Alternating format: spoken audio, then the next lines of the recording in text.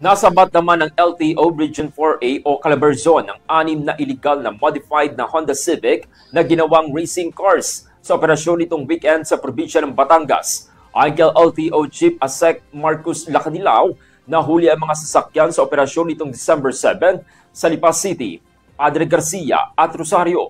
Aniya, delikado at labag sa batas ang ganitong mga modification lalo na kung ginagamit sa illegal racing. Kaya tuloy-tuloy naman ang mahigpit na pagpapatupad ng LTO.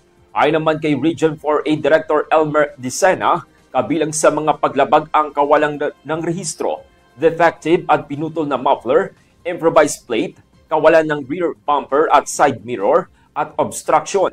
Tiniyak naman ni Dicena na magpapatuloy ang operasyon laban sa mga illegal na karera at paglabag sa batas trapiko upang mapanatili ang kaligtasan ng publiko. Morning.